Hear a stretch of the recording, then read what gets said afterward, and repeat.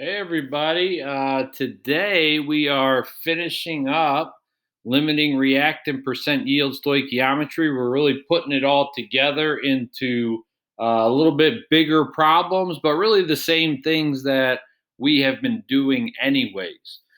Now, just a quick review of the types of problems that you're going to have to see and identify on Friday's quiz over stoichiometry. So, first, we have a typical mole conversion problem. In a mole conversion problem, there is one given piece of information. The given will be substance X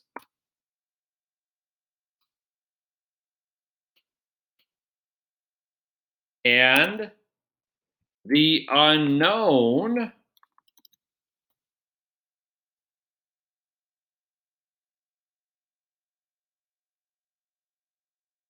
will also be substance X. Now, what makes stoichiometry different than a mole conversion problem really is not a whole lot different. You still have one given, and your given is substance X. However, your unknown is a different substance. A stoichiometry problem needs a balanced chemical equation. And really, every problem after this needs a balanced chemical equation. Limiting reactant problems don't have one given, they have two givens. And the givens are both going to be reactants. Hopefully, you remember the problem solving strategy is you want to convert both reactants into the same product, and you want to see which makes less product. Whichever reactant makes less product, we call the limiting reactant, and whichever reactant makes more product, we call the excess reactant. In a percent yield problem, you also have two givens. The difference is that one is a reactant. In fact, I'm going to hit enter here. One is a reactant that we are going to use to determine the theoretical yield. So you're going to do a stoich problem and you're going to convert that reactant into product. And one is going to be a product, and that value is going to be your actual yield. Then to find the percent yield, we are going to take the actual yield divided by the theoretical yield times 100. In the problems we're going to do today, we are going to do limiting reactant percent yield problems, meaning everything is going to be in the problem. So you are actually going to have three givens. Two are going to be reactants that you are going to use as limiting reactants, like a limiting reactant problem. One is going to be the product, and that still is your actual yield. Whatever your limiting reactant is, that is going to determine the theoretical yield. So we're basically going to use the limiting reactant problem to figure out what the theoretical amount produced is. It's just instead of having one conversion, we're going to have two conversions. That's really all we're adding today.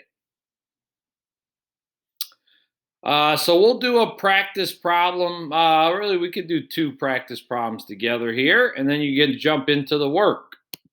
So practice problem 1. We're going to balance this equation up. 1, 3,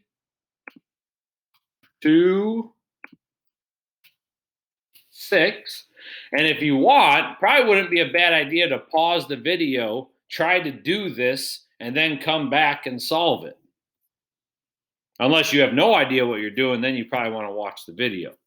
So our first reactant, the first amount that we are given is calcium chloride. It looks like we have 56.3 grams of calcium chloride. It says we have 10.48 grams of lithium nitride. And then it says we have 29.35 grams of lithium chloride. So notice you're given 2 reactants, you're given 1 product. This 1 product is your actual yield. We now need to convert both of these reactants into lithium chloride so that we can figure out what the theoretical yield is. So we got 2 stoich conversions to do. 56.3 grams of calcium chloride.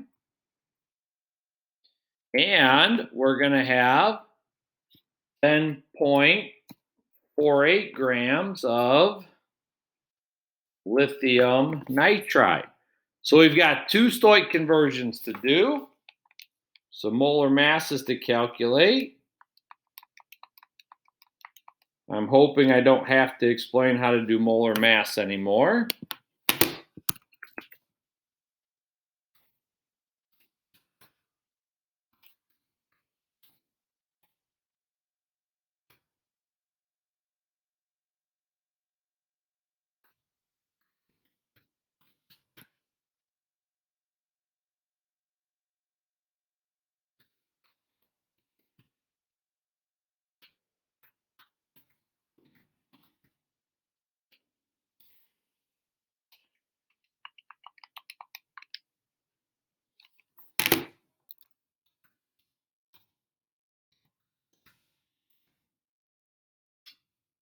From this, we get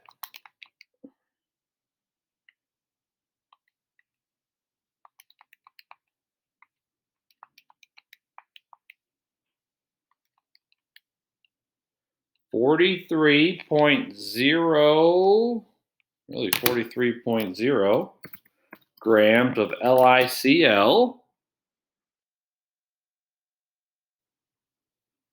And we got another conversion to do.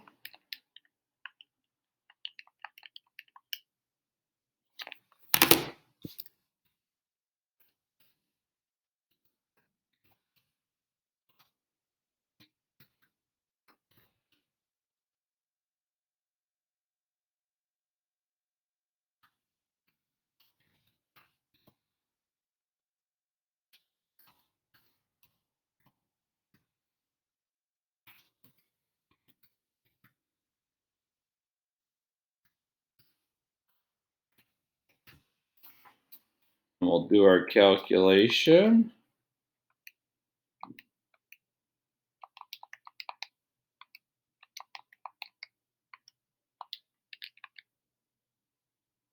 Looks like 38.26.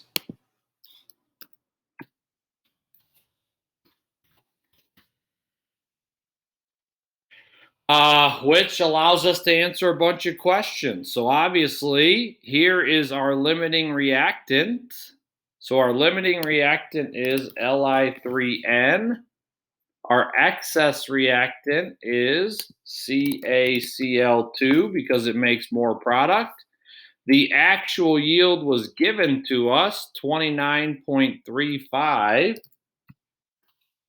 grams of LiCl. The theoretical yield is the lesser of the 2 amounts. So we did a stoich problem. Remember, you can't produce more product than the limiting reactant will allow you to produce. So 38.26. And then the percent yield would be 29.35 grams of LiCl divided by 38.26 grams of LiCl times 100. Grams of LiCl will cancel out.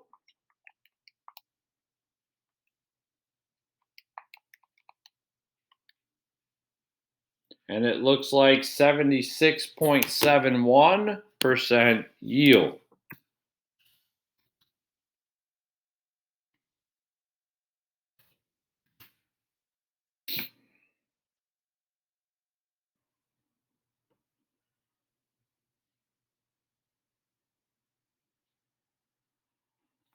Now, the next question looks like a combustion reaction. This question's a little bit different because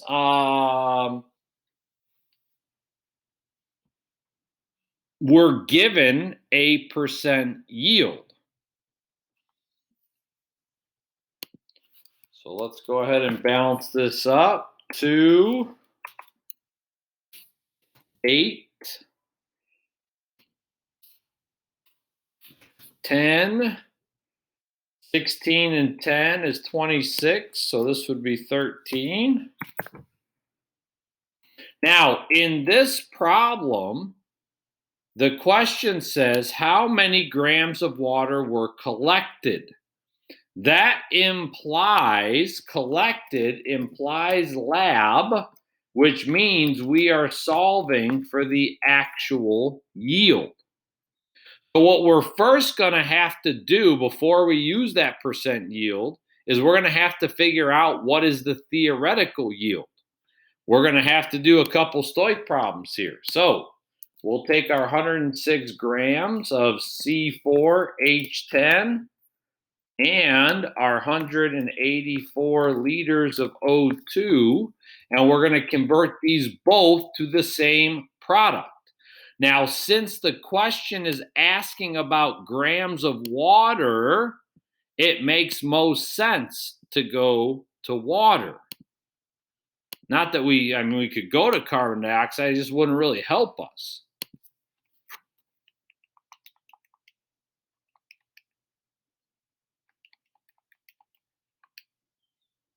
Looks like 58.14 grams of C4H10 is equal to 1 mole of C4H10. 2 moles C4H10 equals 10 moles of water.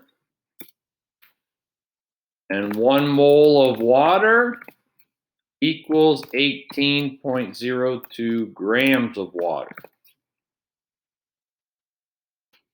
Down here, we know 22.4 liters of O2 equals 1 mole of O2. 13 moles of O2 is equal to 10 moles of water. And 1 mole of water is equal to 18.02 grams of water. Calculate our amounts here.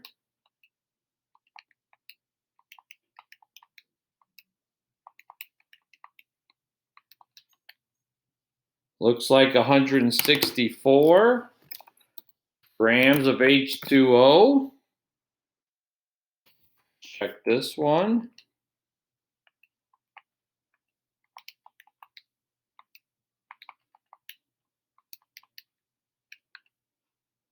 Looks like 114 grams of H2O.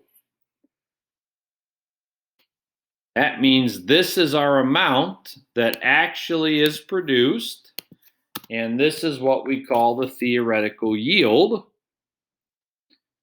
We're solving for the actual yield, so now we can go solve some questions.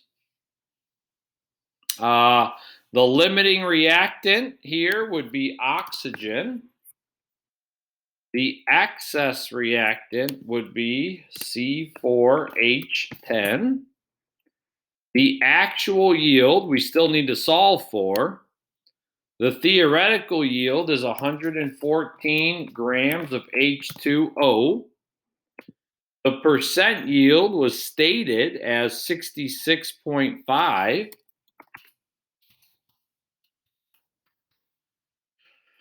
So we've got two more things to solve for to fully answer the question. First, the actual yield. Well, if we know that 0.665 equals the actual yield divided by 114 grams of H2O,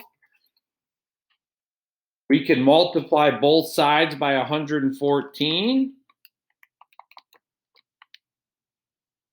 and we get 75.8 grams of water.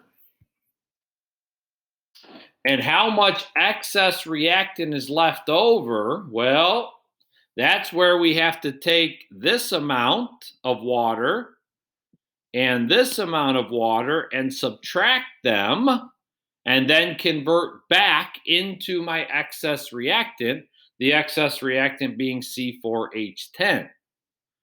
So we're going to start by doing 164 minus 114,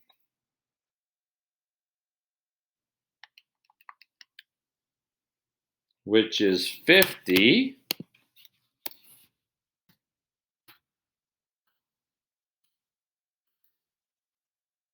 Grams of H2O and 18.02 grams H2O equals 1 mole of H2O. 10 moles of H2O equals 2 moles of C4H10, and 1 mole of C4H10 is equal to 58.14 grams of C4H10.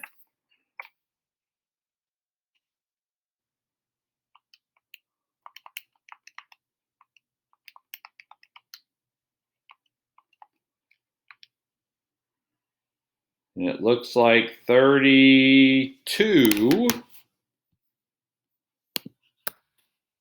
grams of C4H10 is left over. Now you guys are going to go do the limiting reactant percent yield worksheet. There's 3 questions on it. That needs to be submitted by class time on Wednesday.